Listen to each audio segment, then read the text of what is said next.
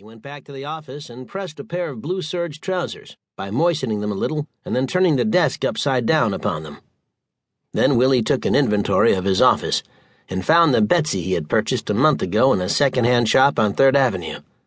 There was a metal ring in the heel of the handle with which it could be hung up on the wall. Willie guessed the persuader was not too modern, but it had a cylinder filled with slugs. He had 3 pads of paper, 2 pencils he had sharpened with his teeth, an old wire wastebasket, and a desk and chair. Nobody ever said anything truer, Willie sighed. Crime don't pay. The Globe came out at 2 o'clock. At 4:30, someone knocked on the door of the Hawkeye Detective Agency. "Come right in," Willie said.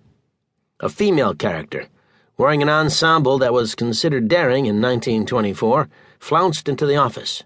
Her eyes were as stormy as a broody hen's, and her 3 chins were thrust out. "A fine thing. You put in an ad, and then nobody can get you on the phone," the caller said. You must have been out trailing a felon," Willie said.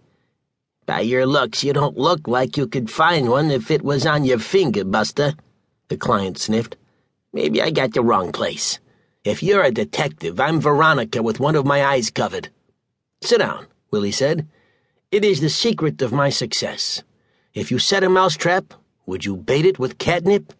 When you don't look like what people think you are. Let's get down to business. The name is Mrs. Clarimond Fuddy. If you laugh, I'll hand you one. I got a rooming house on 46th. 2 jerks run out on me. I want 'em skip traced.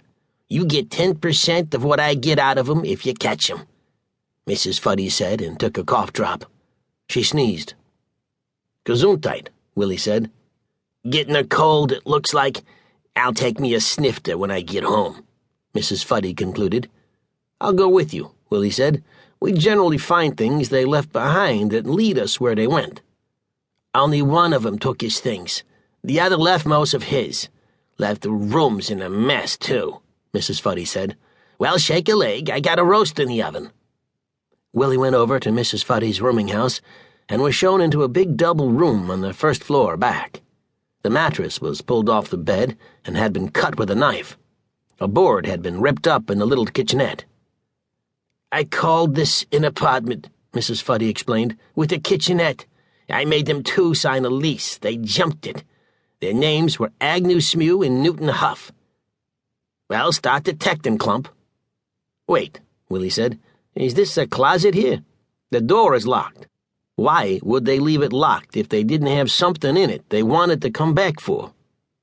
"It is funny." Mrs. Fuddy thought so, too, and she selected a key from a bunch that dangled from her waist.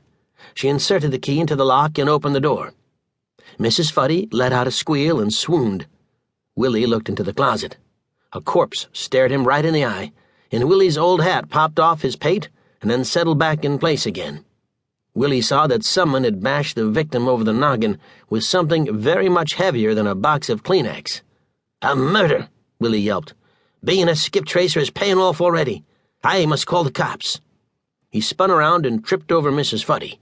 The landlady was straightening her transformation and reached for her uppers. It was Huff," she gulped out. Smew must have killed him. It is awful." "It ain't no laughing matter," Willie said, and ran out and called the cops. Satchelfoot Kelly was in charge of the gendarmes that took over Mrs. Fuddy's roost. If there was anything in the world Willie was more allergic to than Kelly, then chemists and doctors had not discovered it. Aloysius Kelly was connected with the DA's office, and he had a pair of pedal extremities which, when placed both together on a manhole cover, hid it from view. "All right, Willie," Kelly yelled. "How'd it happen? You happen to be just where a murder was, "Such grammar," Willie said. "I happen to be a skip tracer and come here with Mrs. Fuddy's permission to help trace down a couple of lease breakers. One I don't have to chase far as he is in a closet and not hunting moths. It looks like his roommate liquidated him. The culprit we want is named Agnew Smew. So far I've solved half the case for you, Satchelfoot, and wish you would remember it if it gets you a raise." "Yeah? If you don't mind, will you let me see the corpse, Fishhead?" "He has all the time in the world," Willie said. "In the closet, Kelly. It's amazing to see you at work."